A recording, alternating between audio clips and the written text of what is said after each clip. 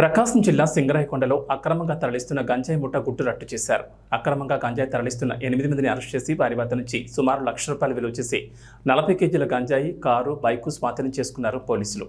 గంజాయి సూత్రధారి వైజాగ్ చెందిన దినేష్ అనే వ్యక్తి వద్ద నుంచి తక్కువ రేటుకి గంజాయిని కొంటూ చెన్నై, నెల్లూరు, ఒంగోలు పరిసర ప్రాంతాల్లో కారులో అక్రమంగా తరలిస్తున్నారన్న సమాచారంతో సింగరాయకొండ జాతీయ రహదారిపై కాపు కాసి నిందితులను పట్టుకున్నారు సింగరాయకొండ పోలీసులు. ప్రకాశం జిల్లా ఎస్పీ దామోదర్ పర్యవేక్షణలో గంజాయి అమ్మే వారిపై ప్రత్యేక దృష్టి పెట్టి వారిపై కఠిన చర్యలు తీసుకుంటామని, చెడుల వాట్లకు బానిసల యువత గంజాయిని తరలిస్తున్నారని, వారి పట్ల ప్రజలు అప్రమత్తంగా ఉండి పోలీసులకు సమాచారం ఇవ్వాలని డీఎస్పీ కోరారు.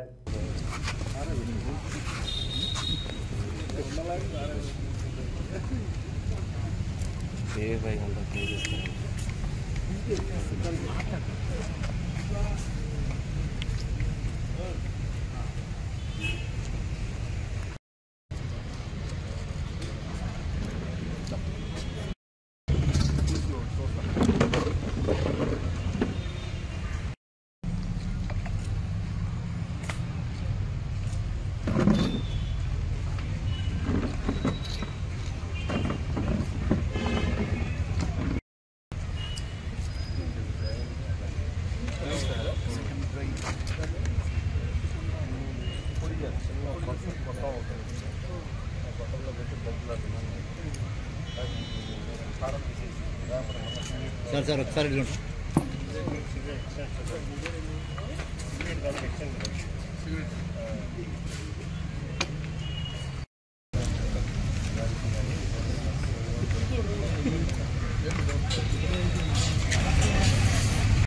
నమస్కారం. మన సింగరాయకొండ పోలీసు వారు ఎస్పీ దామోదర్ గారు, కేఆర్ దామోదర్ గారి యొక్క పర్యవేక్షణలో ఈరోజు మధ్యాహ్నం హైవే మీద పోలేరమ్మ గుడి దగ్గర గంజాయి అక్రమ రవాణా చేసినటువంటి నిందితులను పట్టుకోవడం జరిగింది. ఈ మెయిన్ ఎవరంటే వైజాగ్కి చెందినటువంటి దినేష్ అనే ఒక వ్యక్తి వీళ్ళందరికీ కూడా కీలక సూత్రధారి. ఈ దినేష్ అనే వ్యక్తి అందరికీ కూడా అక్కడ నుంచి వైజాగ్ నుంచి సప్లై చేస్తూ ఉంటాడు. ఆ సప్లై చేసిన దాన్ని కోల వినోద్ కుమార్, గూగుల రాజశేఖర్, అర్జున్ జమ్నీలు వీళ్ళు కొనుక్కొని వచ్చేసి వీళ్ళు ఇక్కడ ఒంగోలులో కొనుక్కొని ఒంగోలు నుంచి చుట్టుపక్కల ప్రాంతాలు నెల్లూరు, చెన్నై ఇవన్నీ కూడా రవాణా చేస్తూ ఉంటారు. ఈ రవాణా క్రమంలోనే వీళ్ళు ముగ్గురు కలిసి 40 కేజీలు బంగారం, 40 కేజీలు గంజాయి తీసుకొని వచ్చి ఇక్కడ హైవే మీద డిస్ట్రిబ్యూషన్ చేస్తూ ఉంటారు.